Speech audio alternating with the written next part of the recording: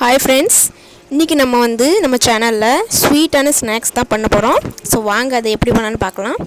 So ஒரு பேனில் நான் கடலை மாவு எடுத்திருக்கேன். ஒரு 3 டேபிள் ஸ்பூன் கடலை மாவு எடுத்து நல்லா வறுத்துக்காங்க.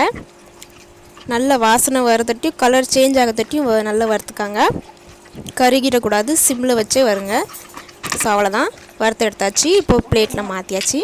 இப்போது அதே பேனில் நான் நெய் ஊற்றி துருவின தேங்காய் எடுத்து வச்சுருக்கேன். அதை இதில் தட்டி ஒரு 2 நிமிஷம் நல்ல வாசனை வர தட்டியும் வறுக்கணும். அதுக்கு முன்னாடி நீங்கள் கருப்பட்டியை தண்ணியில் கொதிக்க வச்சு பாகு மாதிரி எடுத்து வச்சுக்காங்க. நான் அந்த மாதிரி தான் எடுத்து வச்சுருக்கேன். இப்போது இதில் நம்ம மாவு சேர்த்துக்கலாம். அதையும் சேர்த்து 1 நிமிஷம் வதக்குங்க. அதுக்கப்புறமா நம்ம ரெடி பண்ணி வச்சுருக்க சிரப்பை ஊற்றிக்கலாம்.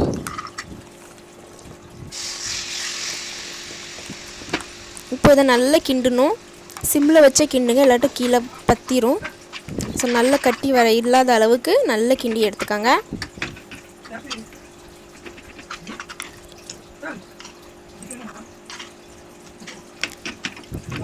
பாருங்கள், கட்டியாக நல்ல கட்டியாக ஆயிட்டு.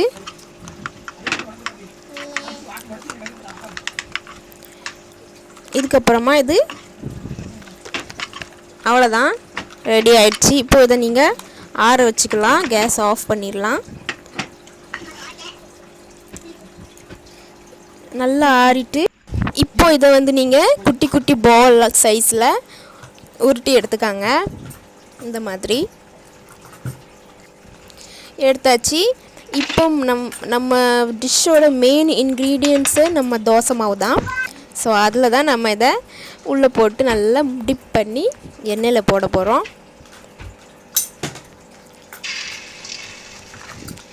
இந்த மாதிரி டிப் பண்ணி ஸ்பூன் வச்சு நீங்கள் செய்யுங்க. ஸோ இந்த மாதிரி நீங்கள் எண்ணெயில் இப்படி போட்டுருங்க.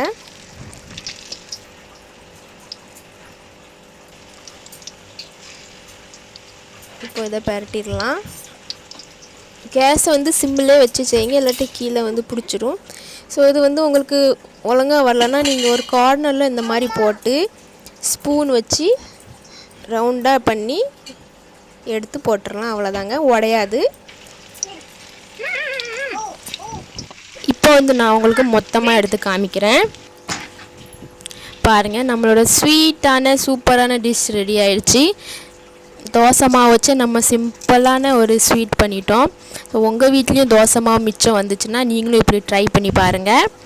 நல்ல கிறிஸ்பியாக இருக்குது, டேஸ்ட்டும் நல்லா இருக்குது. ட்ரை பண்ணி பாருங்கள். மறக்காமல் லைக் பண்ணுங்கள்.